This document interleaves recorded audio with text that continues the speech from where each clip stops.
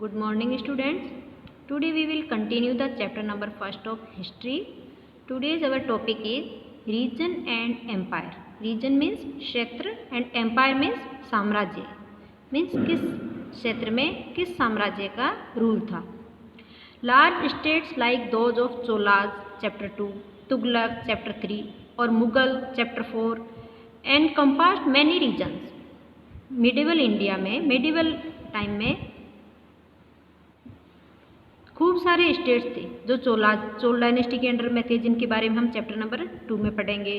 Tughlaq dynasty के under में जो एरिया था उसके बारे में हम चैप्टर नंबर 3 में पढ़ेंगे. और मुगल डायनेस्टी के अंडर में जो एरिया था जो चैप्टर 4 में डिस्क्राइब किया हुआ है, ये सारा एरिया उस टाइम कई ऐसे रीजन्स थे जो इन एम्पायर के अंडर में आते थे.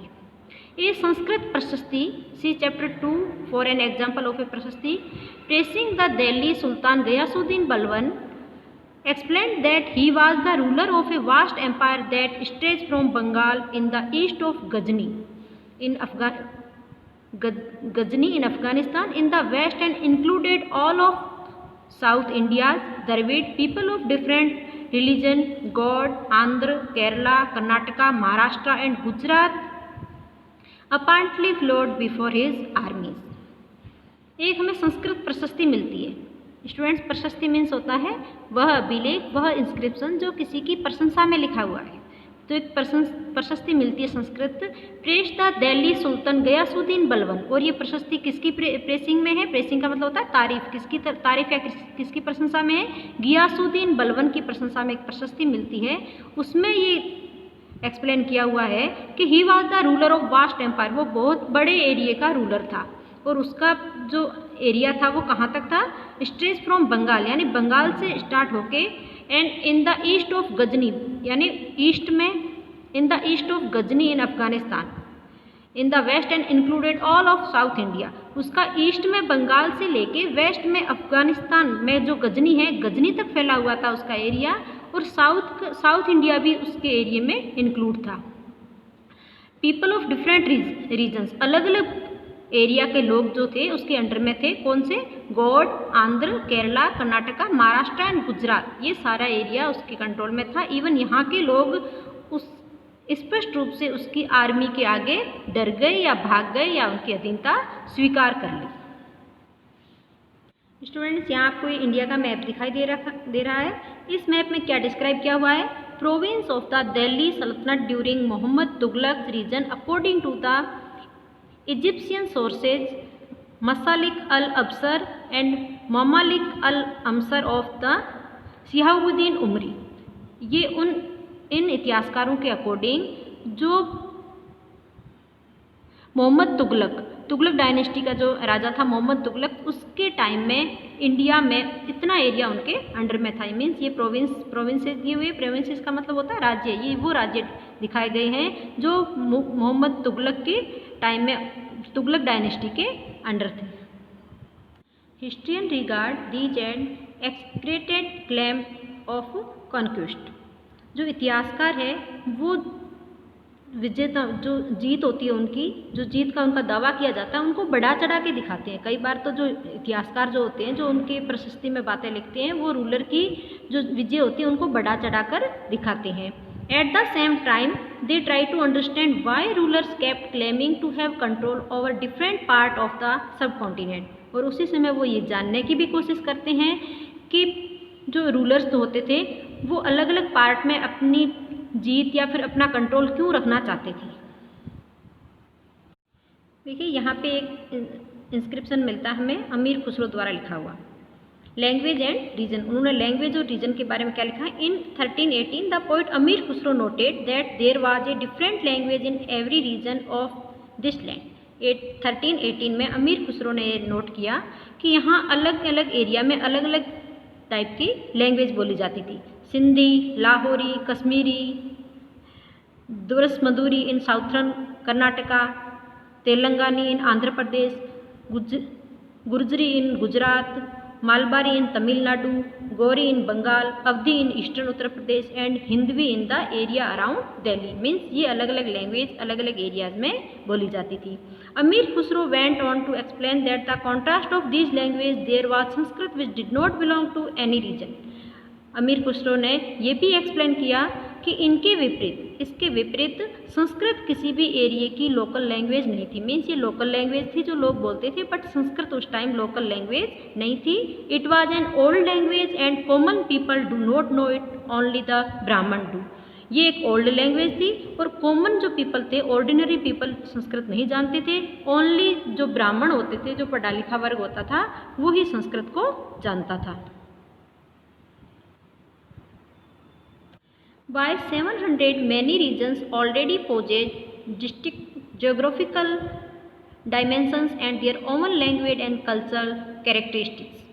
700 AD के आसपास कई खूब सारे एरियाज थे जिनकी खुद की अपने अलग जोग्राफिकल उनका अधिकार था और उनके आयाम भी अलग अलग थे। और जोग्राफिकल डिफरेंस होने के कारण उनकी खुद की एरिया के अकॉर्डिंग लैंग्वेज भी थी और कल्चर जो उनकी सांस्कृतिक विशेषताएं थी वो भी अलग अलग थी।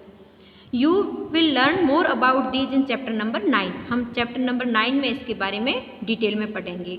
They were also associated with specific ruling dynasties. और ये जो लोग होते थे अलग अलग एरिया में अलग अलग स्पेशल डायनेस्टीज, रूलिंग डायनेस्टीज यानी रूलिंग जो राजवंश होता था उनसे जुड़े हुए होते थे। There was considerable conflict between these states. Occasionally, dynasty like the Cholas, Khalji, Tughlaq, and Mughal were able to build an empire that was pan-regional, spanning diverse regions. कई बार इनमें कॉन्फ्लिक्ट मीन्स टकराहट, मीन्स अलग अलग dynasty में टकराहट भी होती थी। And occasionally dynasty like the Cholas, और कभी कभी जैसे कुछ डायनेस्टी जैसे चोलाज, खिलजीज, तुगलक, मुगल ये होते थे, ये अपना जो साम्राज्य था इसका विस्तार अपने साम्राज्य से बाहर दूसरे साम्राज्य पे भी अपना कंट्रोल करने में कामयाब रहे। पैन रीजन का मतलब होता है वह एरिया जो अपने एरिया से आगे दूसरे के एरिया को कंट्रोल में करना। Not all this empire were equally stable और सक्सेसफुल। अब सारे जितने भी मेडिवल इंडिया में एम्पायर थे वो सारे इक्वल रूप से कंट्रोल रखने में सक्सेस नहीं हुए। Compare for example table 1 in the chapter 3 and 4 what was the duration of rule of the Khilji and Mughal dynasties. हम नेक्स्ट चैप्टर में मीन्स 3rd और 4th चैप्टर में हम एक टेबल के रूप में कंपेयर करेंगे कि अलग अलग रूलिंग जो डायनेस्टीज थी वो कैसे अलग अलग प्रकार से अपना कंट्रोल स्टेबल कर सकी। मीन्स कहने का मतलब ये है कि अलग अलग जो रूलर्स होते थे सारे रूलर्स एक समान अपना अधिकार नहीं रख सके, अलग अलग रूलर्स ने अलग अलग प्रकार से अपना अधिकार कायम रखा। When the Mughal Empire declined in the 18th century, it led to the re-emergence of regional state. जैसे मुगल साम्राज्य का पतन हुआ 18th सेंचुरी में, मुगल साम्राज्य के पतन के साथ ही जो रीजनल स्टेट थे, जो क्षेत्रीय जो राजा थे वो उनका उदय हुआ। मीन्स अलग अलग एरिया में, मुगलों के टाइम में तो पूरे इंडिया को मुगलों ने एक कंट्रोल में कर रखा था। जैसे ही मुगल साम्राज्य का पतन हुआ एरिया के अकॉर्डिंग छोटे छोटे राजवंशों का उदय हुआ। But year of imperial pan religion rule had altered the character of the regions. लेकिन कई साल तक उस एरिया में वो राजशाही उनकी चलती रही। Across most of the subcontinent of the region were left with the legacies of the big and small states that had ruled over them. This was apart in the emergence of many distinctive and shared traditions. Indian सब continent में mostly regions में जो विरासत में ऐसे कई राजवंश थे जो पीढ़ी दर पीढ़ी उस एरिया में राज करते आए और उनका वहाँ पे पावर चलता था और उनकी ट्रेडिशनल फॉलो की जाती थी।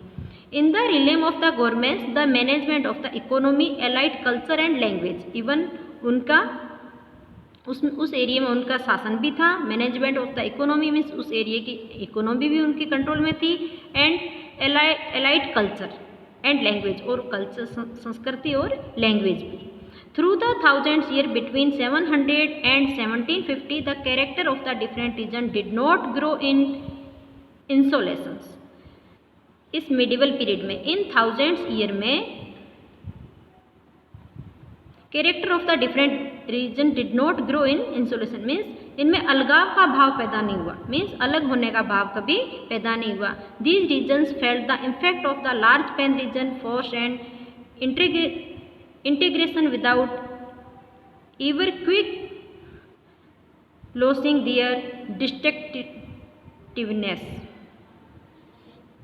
ये एरियाज जो थे इन्होंने ये फैक्ट फील किया कि एक लार्ज पैन रिलीजन फोर्स यानी एक बड़ा दूसरे एरिया के जो राजा थे उनको फोर्स करते थे और उनमें एकीकरण की भावना नहीं थी। इंटीग्रेशन का मतलब होता है एकीकरण, बिना एकीकरण की भावना के वो अलग अलग प्रकार से उनको फॉलो करते रहे।